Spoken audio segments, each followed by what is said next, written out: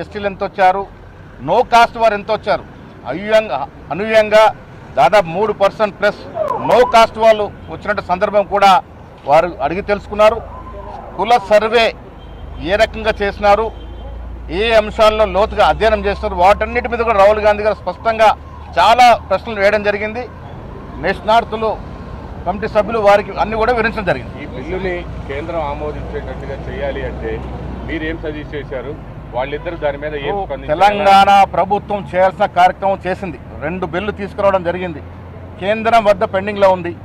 BJP party, BJP నాయకులు దానికి వ్యతిరేకంగా ఉన్నారు.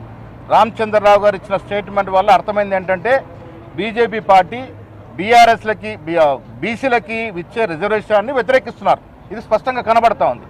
గతంలో బీఆర్ఎస్ పార్టీ కూడా 33% ఉన్నటువంటి రిజర్వేషన్ 22% తీసుకొచ్చి బీసీలకు వెన్నుపోటు పడిచింది.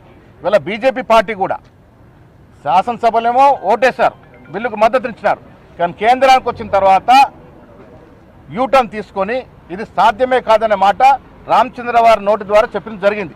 దీనివల్ల అర్థమైంది ఏంటంటే బీజేపీ పార్టీ, కేంద్ర ప్రభుత్వం బీసీల పట్ల వ్యతిరేకంగా ఉందని స్పష్టమైంది. అందుకే మేము రాహుల్ గాంధీ గారు న్యాయ యోధ లెవెల్లో ఓబీసీ కార్డుని ఒక ఉద్యమంలో తీసుకొచ్చిన మహానాయకుడు రాహుల్ గాంధీ గారు. వారినే వినవించినాం, ఇంత దూరం తీసుకొచ్చినారు, ఇప్పుడు కూడా మీదే భారము, లోక్సభలో మీరే నాయకత్వం వహించి ఈ బిల్లుని 9th షెడ్యూల్ చేర్చే విధంగా ప్రయత్నం చేయాల్సింది వారిని కోరడం జరిగింది. ఖర్గే గారు కూడా తన సంపూర్ణ మద్దతుని వ్యక్తం చేయడం జరిగింది. రాహుల్ గాంధీ గారు ఈ అంశాన్ని ఇండియా కూటమి పార్టీలతోటి మాట్లాడతాము, దీని మీద యాక్షన్ ప్లాన్ ఒకటి తయారు చేస్తామని ఏమైనా చెప్పారు? డెఫినెట్గా అన్ని పార్టీలతో మాట్లాడమని చెప్పడం జరిగింది. ఈ కుల సర్వే 42% బిల్లు తీసుకొని తీరుతెన్నులు కూడా ఇవాళ సాయంత్రం 5 గంటలకి ఇండియా కూటమిలో ఉన్నటువంటి పార్లమెంట్ సభ్యులందరూ కూడా వివరించబోతా ఉన్నాం. పవర్ పాయింట్ ప్రజెంటేషన్ ముఖ్యమంత్రి గారు, డిప్యూటీ ముఖ్యమంత్రి ఇవ్వబోతా ఉన్నారు.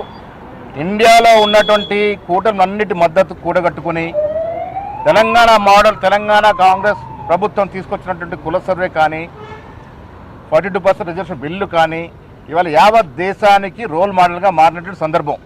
ఎక్కడ పోయినా రాహుల్ గాంధీ గారు తెలంగాణ మోడల్ అనే మాట చెప్తున్నట్టు సందర్భం, తెలంగాణ ముఖ్యమంత్రి గారు చెప్తున్న సందర్భం.